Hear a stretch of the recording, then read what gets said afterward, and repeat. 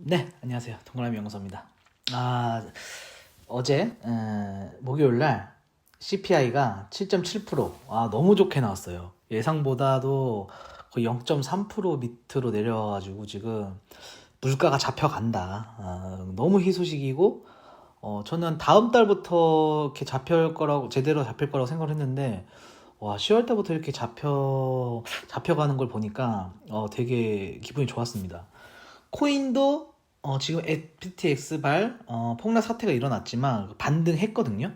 근데 지금이 이제 금요일 새벽 지금 이제 토요일이구나. 새벽 1시 반인데 지금 녹음을 합니다. 예. 그래서 오늘 이 코인 폭락 사태에 대해서 말씀을 드리고 이제 코인이 과연 이제 화폐로서 자리를 잡을 수 있을지 이제 그거에 대해서 오늘 조금 설명을 드리고 돈에 대해서 좀 설명을 드릴게요. 어쨌든 CPI가 이제 잡혀간다. 미국이 금리 인상을 12월 달에 0.5포인트 올리는 게 거의 확실시 됐습니다. 근데 지금 다른 우려도 있어요. 일시적인 거다. 뭐 이번에는 그 중고차 가격이 내려가가지고 근원 CPI가 좀 내려갔는데 다시 근데 주거비가 지금 안 잡혀서 주거비는 후행 지표거든요. 그래서 그런 것까지 한번 알아보겠습니다. 넘어가 보면 미국 11월 CPI가 7.7이 나왔다. 12월 금리 0.5%가 확실해졌다. 지금 CPI 보면은 이제 10월 달 거예요. 10월 달 게 이제 11월에 나온 거죠. 예측은 이제 8% 예측을 했는데 7.7이 나왔어요.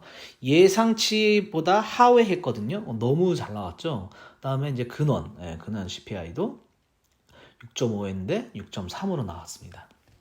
그래서 왼쪽에 이제 표를 보고 제가 오른쪽에 기사도 이제 같이 갖고 왔거든요. 인플레이션 끝났다. 연말 랠리 시작됐나. 그래서 몇 가지만 좀 보면 상품 내리고 서비스도 내려갔다. 그래서 에너지와 식품을 뺀 근원 상품 가격은 0.4%로 내렸다. 네, 전달에는 중고차 가격이 크게 내렸지만 다른 상품 가격이 오르면서 이를 상쇄했는데 10월엔 다른 상품 물가도 평평해지면서 중고차 값 하락이 상품의 전반적인 하락세로 이어졌다. 그래서 지금 여기 이 부분 있죠?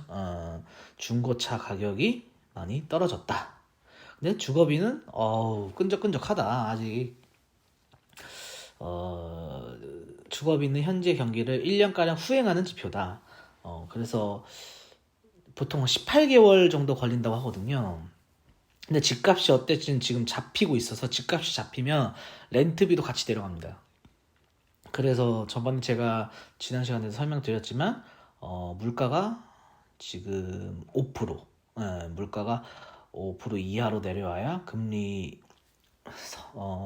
인상하는 거를 이제 멈추고 선회를 한다. 제가 이렇게 말씀을 드렸죠. 그래서 이제 주거비만 잡히면 근데 보니까 주거비를 빼면 주거비를 빼버리면 다른 분야의 인플레이션은 거의 0에 가깝거나 마이너스다. 이제 이렇게 보면 이제 주거비가 가장 문제죠. 주거비 빼고는 지금 인플레이션이 잡혀가고 있다. 코로나 이전으로 거의 다 회복을 했습니다. 했고 증시가 대폭 상승했어요. 와, 환율이 엄청나게 떨어졌어요. 지금 환율이 지금 시간으로는 1300 이제 18, 19 이러거든요, 지금. 와, 환율이 갑자기 이렇게 한 50원, 60원? 근데 이렇게까지 환율의 변동이 심하면 지금 달러 지수도 107로 내려왔거든요. 와, 이거 코인하고 다를 게 없어요. 이 정도면. 뭐 코인이 뭐 변동성이 심하다 이러는데 지금 CPI 하나 때문에 이렇게 변동성이 심한 환율이면은 뭐 코인한테 뭐라고 할 그게 아니다. 그렇게 보여지거든요. 그리고 5년물과 10년물 채권 수익률이 3%대로 다시 이제 내려왔습니다. 굉장히 좋은 신호예요. 그러니까 달러 지수가 이제 내려가는 거거든요. 증시를 보면 지금 다우존스 1200포인트. 3.7% 올랐는데 지금 나스닥이 7% 올랐습니다. 하루에. 야, 이런 수치는, 와, 진짜 오랜만에 보는 것 같아요. 800포인트, 760포인트, S&P도 무려 5%, 4천대를 보고 있죠. 오늘은 지금 기대 심리가 조금, 어, 심리 지수는 낮게 나왔는데 기대 심리가 올라갔단 말이에요. 그러니까 기대 심리라는 거는 사람들한테 물어보는 거죠. 앞으로 인플레이션 뭐 떨어질 것 같아요? 안 떨어질 것 같아요? 그러니까, 이번에는, 안 떨어질 것 같은데요? 이렇게 이제 대답을 한 거죠. 그래서 오늘 증시는 그렇게 상승장은 아닙니다. 예, 오늘 금요일인데 금요일 증시는 상승장이 아니다. 기름값도 이렇게 지금 다시 80달러대로 내려왔습니다. CPI 하나로 이렇게 증시가 좋다니 참. 자, 코인은 지금 FTX 발 위기에도 불구하고 반등을 했어요. 지금 이 왼쪽을 보시면 15,000달러까지 이렇게 내려갔거든요, 비트코인이. 근데 다시 올라왔습니다. 지금 16,000대로. 16,000, 17,000대로 올라왔었고, 오늘 보니까, 지금 한화로 보면은 2,300에서 지금 머물고 있는데, 보시면 FTX 사건 3, 4일 전에만 해도 2,900에서 2,800선을 유지했는데 갑자기 이제 2,200까지 쭉 빠졌어요. 이틀 3일 만에 쭉 빠졌는데 이게 지금 아직 회복 가능성이 없습니다. 회복 가능성이 없어서 이더리움도 지금, 근데 이더리움은 또 다행히 6월 달에는 한 120에서 130 이렇게 머물렀었는데 그래도 150달러까지 이렇게 선방한 거 보면은 괜찮은 것 같아요. 이더리움은. 지금은 한 170대를 지금 달리고 있는데, 제가 5개월 전 영상에 연말에 비트코인 15,000달러 간다 이렇게 제가 예언을 했거든요. 근데 그 예언이 맞았네?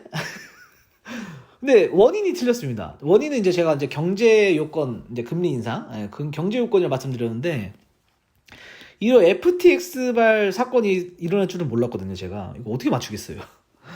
야, 그래서 그거에 대해서 이제 설명을 드릴게요. 참 이 맞춰서 좋아해야 될지, 지금, 아니면 굉장히 이제 코인 시장에 위기가 왔는데, 설명을 드리자면, 지금 이게 무슨 사건이냐 궁금하신 분도 있을 거예요. 이 FTX라는 회사가, 이 FTX라는 회사가, 코인 거래소입니다. 예, 코인 거래소인데, 이 샘 뱅크만 브라이드. 이 사람이 이제 CEO예요. 굉장히 나이가 어립니다. 저보다도 어린 걸로 제가 알고 있는데, 근데 이 사람이 이제 억만장자죠. 2019년 5월에 설립을 했다네요. 1위가 바이낸스고요. 그 다음에 2위가 코인베이스, 그 다음에 3위가 FTX입니다. 거래소가. 근데 바이낸스가 압도적으로 커요. 거의 2, 3위가 거의 한 10분의 1 수준? 그 정도라서 굉장히, 어쨌든, 미국의 거래소는 우리나라는 이제 업비트, 그 다음에 빗썸, 이렇게, 코인원, 이렇게 순서가 있는데, 우리나라는 선물이나 이런 게 없거든요. 근데 얘네는 암호화폐 현물뿐만 아니라 선물, 옵션, 뭐 레버리지 토큰 이런 다양한 파생 상품을 제공하고 있고 거기에 또 뭐 이런 애플, 아마존, 페이스북 주식이 토큰화되어 있어서 거래할 수 있다. 굉장히 금융이 발달된 나라죠, 미국이. 참 이런 걸 잘해요. 그런데 이게 무슨 일이냐면 이 FTX가 이제 그 거래소에다가 이제 돈을 옮겨요. 거래소에 돈을 옮기면 거래소에서 이제 돈을 넣어서 거기서 이제 약간 예치하는 식이죠. 거래소에 돈을 넣어놓고 거래소에서 이제 코인을 사서 거래를 하는데 이 FTX 그 코인이 있어요. FTT라고 해요. FTX 토큰 해가지고 FTT라는 코인이 있는데 그 FTX가 이제 자회사로 알려져 있는 알라메다인가? 알라메다 리서치라는 회사가 이 자본의 대부분이 FTT를 갖고 있다. 그래서 조금 이제 위험하다. 이렇게 해서 코인데스크가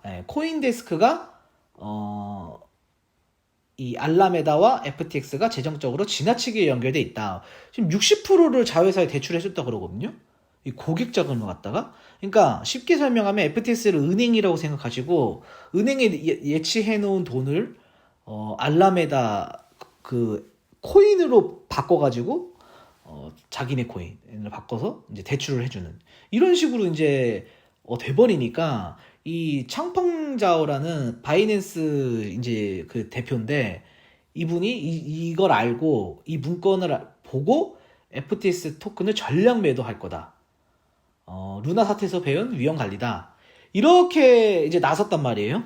그러니까 다들 돈을 빼기 시작한 거예요. FTX 거래소도 지금 망하게 생겼습니다. 지금 뉴스 보니까 좀 심각한 것 같아요. 뭐 계좌 동결했다. 뭐 백악관에서도 뭐 이것도 위험한 사태다 이렇게 성명을 또 냈거든요. 이렇게 되니까 이제 FTX CEO뿐만 아니라 이런 짓을 하면 안 되는데 지금 굉장히 좀 뭐라 그럴까 이 CEO가 잘못 이제 운영을 한 거죠. 예. 참 그래서 이 솔라나도 지금 가치 폭락이 있거든요. 참, 이 FTT 코인이 떨어지고 솔라나 코인 이런 게 떨어지면서 창펑자오 그 바이낸스 CEO가 부르짖힌 거예요. 우리도 빼겠다니까 이제 다 빼기 시작한 거죠. 그래서 지금 무슨 한 12조에서 13조가 빵꾸가 났다고. 그래서 이 돈을 자기가 이제 오늘 사과를 했죠. 사과를 하고 어떻게든 메꾸겠다고 지금 여기저기 돈을 빌리고 있는 것 같아요. 그래서 그 자금 인출도 막았다. 뱅크런 사태를 막기 위해서 이틀 동안 막았다가 오늘 보니까 새벽에 다시 재개를 했다고 하는데, 이야, 이게 코인 시장을 이렇게 뒤흔들 줄은 거래소가 이런 식으로 하면 안 되거든요. 아직까지도 법제화되지 않고 제도권으로 들어오지 못해서 이런 일이 계속 생기는 것 같거든요. 참 굉장히 심각한 일인데 이거를 지금 문제는 바이낸스가 인수를 하겠다고 했다가 철회를 했어요. 왜 철회를 했냐면 자금 상태를 보니까 자기네가 감당할 수준이 아니라고 그랬거든요. 굉장히 그러니까 운영을 방탕하게 한 것 같아요. 이러면 안 되는데 참 이게 지금 FTX 11조 원 유동성 부족으로 파산 위기다.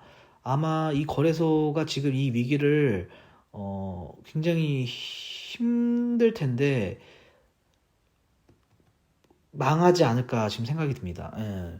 도와주는 사람이 있을지 모르겠네요. 야, 이게 참 그래서 넘어가 보면 이제 돈과 화폐에 대한 설명을 좀 해드릴게요. 이게 이제 근본적인 이제 문제인데 이 돈과 화폐는 절대 같은 게 아닙니다. 같다고 생각하시면 절대 안 돼요. 엄연히 다른 개념이거든요. 돈을 나타내는 게 화폐인 거예요. 돈은 실물 가치를 지닌 거면 무엇이든지 가능합니다. 왜냐면 돈이 있어야 먹고 살거든요. 그러니까 거래를 한다는 개념이에요, 돈은. 그래서 옛날에는 이제 쌀, 밀, 콩, 뭐 이제 그다음에 땅, 그다음에 우리가 제일 잘 알고 있는 돈이 금과 은이죠. 근데 화폐는 이 거래 체계의 효율성을 위해서 만든 제도거든요. 거래를 쉽게 하기 위해서. 저희 그림자 정부 그 책 리뷰 영상을 안 보신 분들은 이걸 조금 이해하는데 어려울 수 있습니다. 근데 제가 쉽게 설명을 해드릴게요. 실물 가치는 뭐냐? 실제로 쓸 수 있는 물건이어야 돼요. 그게 이제 돈이거든요.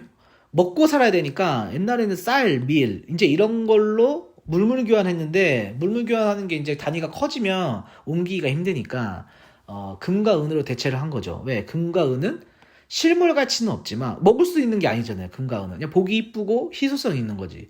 그래서 이거를 이제 돈이 한정이 돼 있으니까 금과 은은 한정이 돼 있으니까 이걸로 화폐로 써왔어요. 화폐 또는 돈. 그런데 이제 미국에서 이 금본위제였거든요. 원래 전 세계가 금을 본으로 화폐를 이제 화폐 제도를 이행하는 이제 그런 게 이제 근본이제인데 그러니까 은행에 가면은 이제 금으로 바꿀 수 있었어요. 화폐를 지폐 달러죠. 근데 이거를 그 브레튼 우즈 회의 70년대 브레튼 우즈 회의 거기서 그 체제를 만들었다가 인플레이션이 심해지니까 탈퇴를 했거든요. 미국이. 사실상 지금은 미국이 우리는 이제 신용으로 간다. 이렇게 선언해서 신용으로 달러를 화폐 질서로 만들어냅니다. 이게 가능한 이유는 미국이 세계 패권국이기 때문인데, 이게 이제 경제력과 군사력과 기술력 그리고 금융제도, 이런 모든 분야에서 미국이 뛰어나기 때문에 세계 최우위를 차지하면서 이런 질서를 만들어낸 거예요. 그러다 보니까, 그리고 이제 석유도 달러로만 거래할 수 있게 국제시장에서 이제 패권국이기 때문에 이제 그렇게 만들어놨죠, 질서를. 참, 근데 미국이 인구가 한 3억 정도가 되는데 그렇게 많은 건 아니에요. 인구가 이제 인도나 뭐 중국이 인구가 훨씬 많죠. 그럼에도 불구하고 미국이 이런 금융제도가 세계에서 1위고, 그 다음에 이제 경제력과 군사력과 기술력, 이게 가장 중요하거든요. 이걸로 세계 무역시장에서 미국은 항상 적자를 봐요. 예. 그럼에도 불구하고 미국이 패권국을 유지할 수 있는 거는 이제 기축 달러인 달러가 찍어낼 수 있는 거거든요. 찍어낼 수 있는 그런 권위를 갖고 있는데, 그것뿐만 아니라도 미국은 이 세계 최고 기술력, 군사력뿐만 아니라 이 기술력이 최고거든요. 뭐 미국의 애플, 아마존, 구글 다 그렇잖아요. 이 기업들이 세계 시장에서 매출을 올려서 미국을 흑자국으로 만들어 버려요. 그러면 이제 지금은 어떤 이제 질서냐면, 이제 미국을 제외한 모든 나라들은 미국을 상대로 미국을 소비하는 국가로 바뀌어 버립니다. 왜냐면 달러가 있어 거래가 가능하니까. 그럼 미국에서 달러를 사와야 되는 거죠? 미국은 돈을 찍어내서 달러를 파는 이제 기업인 거예요, 한마디로. 곧 미국이 세계 은행이자 기업인 이제 국가가 된다. 그래서 우리는 미국을 소비한다. 이제 이런 개념이군요, 지금. 그래서 이런 시스템 어떻게 만들었냐고 이제 알아보려면, 제가 그림자 정부 책이나 화폐전쟁 책으로 리뷰를 해드리는 걸 잘 보시면 됩니다. 그러면 이해가 돼요. 얘네들이 어떻게 이런 시스템을 만들었는지.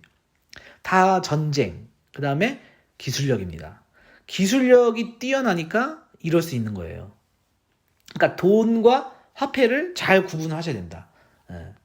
자, 비트코인을 얘기하기 위해서 이거 설명을 드렸는데, 그렇다면 지금 이제 FTX 거래소가 지금 운영을 잘못해서 이런 사태가 났어요. 코인이 폭락 온 사태가 있는데, 그럼 과연 이제 코인이 화폐로 자리 잡을 수 있냐? 이제 이런 근본적인 이제 그런 근간이 흔들려 버리는 사건이에요. 왜 그러냐면 사기치기가 너무 좋아요.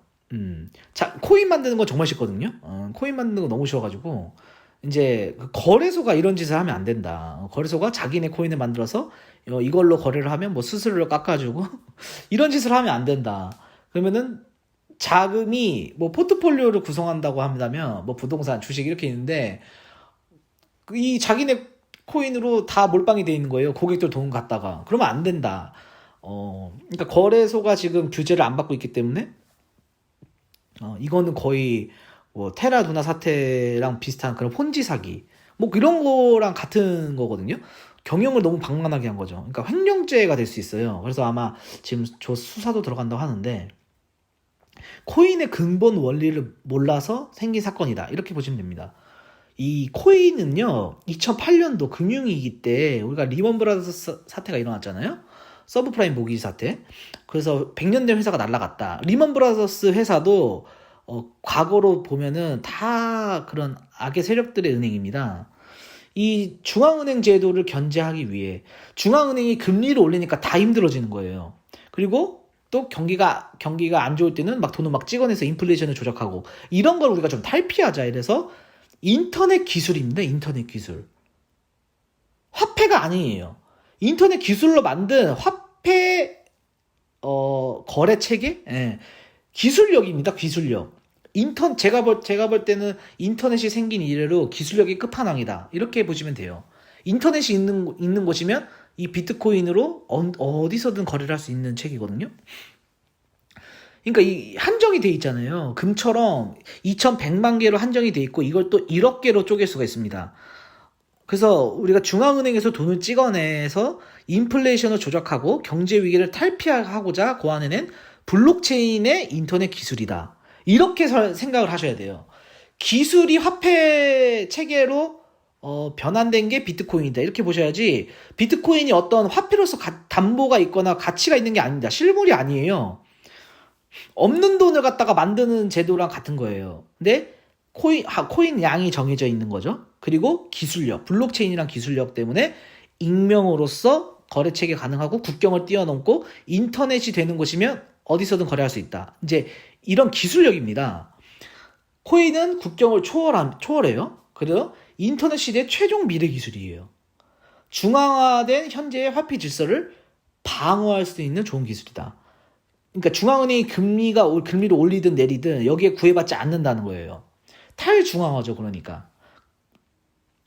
이 코인이 화폐로 자리 잡기 위해서는 중앙 시스템보다 처리 속도가 빨라야 되는데 아직 그렇지가 않아요. 예, 그래서 아직 기술 개발이 더 일어나야 되고, 블록체인 그 채굴하는 사람들 있잖아요. 예, 그런 기술도 이렇게 더 빨리빨리 이제 진행이 돼야.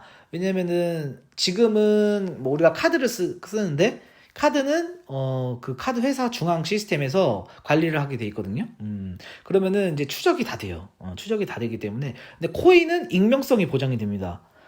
거래는 누구나 볼 수 있지만 누가 갖고 있는지 몰라요. 예, 그렇기 때문에 익명성으로 보장이 되는 거거든요. 근데 이 규모가 아직도 그 온라인 서비스만 가능할 정도의 그런 규모도 안 돼요. 그래서 이 세계 경제를 흡수할 수 있어야 하기 때문에, 그래야 지금의 달러처럼 이제 쓰면 사용화가 될 수 있는 거거든요. 그러려면 얼마나 코인이 비싸져야겠어요. 거의 한 10억? 예, 코인 한 개당 10억 정도 가야, 이것도 1억 개로 쪼기니까 그 정도까지는 가야 세계 경제의 규모를 커버할 수 있지 않나, 이제 이런 생각이 들거든요, 저는. 그리고 제일 중요한 건 세 번째입니다. 모든 인구의 합의가 있어야 된다. 그래서 각 국가들이 나서서 제도권 안으로 들여와야 돼요. 근데 지금 미국의 공화당이 그나마, 민주당은 반대를 하고 있는 것 같고 공화당이 그나마 이제 코인 이제 쪽에서 이제 찬성을 하는 것 같은데, 제가 이 코인을 보면서 느끼는 거는, 과연 악의 세력들은 이 코인을 어떻게 생각할까, 이제 이런 제가 생각을 많이 해요. 왜냐면은 제가 그림자 정부 책 리뷰를 하면서 느끼는 게, 어쨌든 얘네들이 경제를 다 장악하고 있거든요. 근데 얘네한테도 이 코인이 나쁜 제도가 아니에요. 나쁜 제도 아니고, 오히려 자기네가 쓸 수 있는 그런, 어떤, 뭐, 지하 자금? 뭐, 지금도 뭐 대북 송금 하는 것 때문에 코인으로 다 대북 송금 했다고 나오잖아요. 그런 것처럼, 코인은 없어지지 않습니다. 예, 가격의 변동이 있을 뿐이지 없어지지 않기 때문에 인터넷만 있으면 가능한 거예요.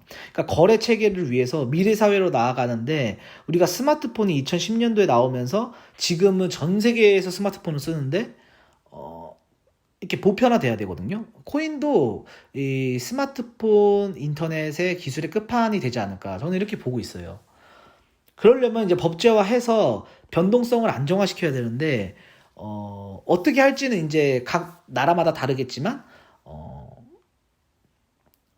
저도 아직 모르겠습니다. 이걸 어떤 식으로 법제화를 해서 변동성을 안정화시킬지는, 악의 세력들이 세상을 이끌어가기 때문에, 과연 얘네들이 어떻게 할까, 저도 생각을 많이 하고 있거든요.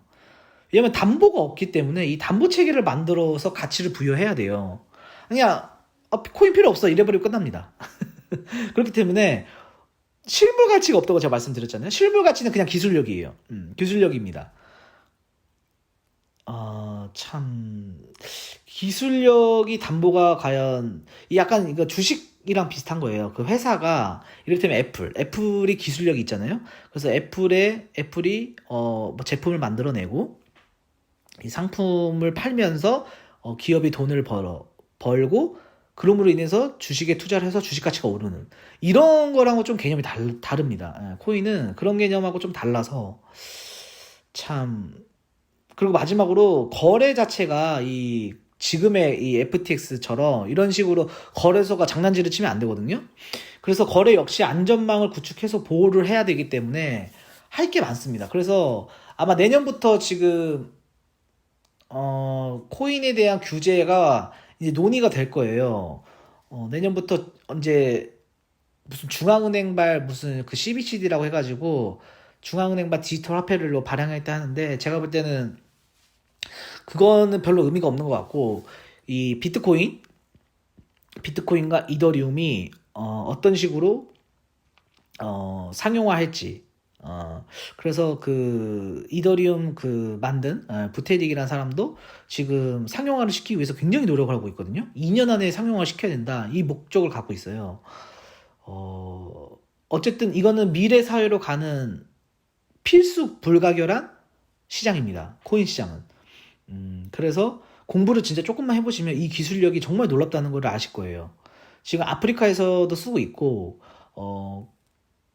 뭐, 인터넷만 되는 곳이면 어디든 거래할 수 있기 때문에 굉장히 좋은 기술이거든요. 참, 근데 지금 FTX 발 사건이 일어나서, 물론, 뭐, 한 번쯤은 터져야 되는 일이었을 수도 있어요. 왜냐면은, 이렇게 이 거래소가 이런 장난질을 치면 안 된다. 우리가 그런 거를 이제 깨닫고, 이제 다들 알잖아요. 이제 거래소가 어떻게 이제 앞으로 이렇게 운영이 안 될 거라는 거를 이제 다들 알 거예요. 만약에 그래서 밝혀지진 않지만 이렇게 운영하는 거래소들도 부랴부랴 야 우리도 FTX처럼 하면 안 되겠다. 반면 교사 삼아서 우리도 정상화 시키자 이제 이렇게 바뀌는 사건이기 때문에 참 이런 그런 위험 요소들을 하나씩 제거해 가는 것도 코인이 화폐로서 자리를 잡을 수 있는 그런 계기라고 저는 봅니다. 그래서 지금이 쌀 때예요. 차라리 지금이 싸니까 코인이 잘못한 건 없어요. 이건 그냥 거래소가 잘못한 거고 이 거래소 CEO가 잘못한 거지 코인 자체가 어떤 잘못이 돼가지고 뭐 떨어진 게 아니기 때문에 코인의 가치가 변화된 건 아닙니다. 그래서 아직도 긍정적인 시각으로 저는 바라보고 있고 저는 무조건 2천만 원 아래로 내려오면은 무조건 전량 매수할 생각입니다. 지금 그래서 저도 시드머니를 이제 구하고 있는데 나중에 이제 제가 비트코인 또 사면 또 다 공개할 겁니다. 그래서 이렇게 저희 유튜브 봐주시는 분들하고 소통을 하고 싶거든요. 그래서 오늘 이렇게 CPI와 더불어서 코인 시장에 대해서도 알아봤는데 다시는 이런 거래소들이 이런 장난을 치지 않고 또 코인 시장에 이런 위험 요소들이 더 이상 없었으면 좋겠습니다. 그래서 뭐 JP 모건이라든지 그런 경제 석학들이 항상 하는 얘기가 뭐냐면 비트코인하고 이더리움 빼고 다 없어진다. 99%가 쓰레기 코인이다. 이렇게 말을 하거든요. 그래서 저도 말씀드리고 싶은 게 비트코인, 이더리움 빼고는 하지 마시라. 이렇게 말씀을 드리고 싶어요. 가치를 보고 투자를 하셔야 돼요. 이 기술력에 투자를 하시는 거지. 어떤 이 코인이 뭐 어떤 담보 가치가 있고 실물 가치가 있어서 투자하는 건 아닙니다. 미래 기술이기 때문에 미래 기술에 투자를 하신다고 생각을 하셔야 돼요. 그래서 반드시 이런 화폐로 자리 잡을 겁니다. 그때가 언젠지는 모르겠지만 길지 않다, 멀지 않았다. 지금 금방 올 거다. 그런 시대가. 저는 이렇게 생각합니다. 네. 오늘 코인에 대해서 말씀드렸는데 다음에 이제 또 계속 부동산 관련된 뉴스도 지금 계속 나오고 있거든요. 부동산 영상들을 더 좋아하시는 것 같아요. 그래서 부동산 영상도 빠짐없이 계속 올리겠습니다. 네. 오늘 방송 봐주셔서 감사하고 좀 길었는데 오늘 여기까지 하겠습니다. 감사합니다.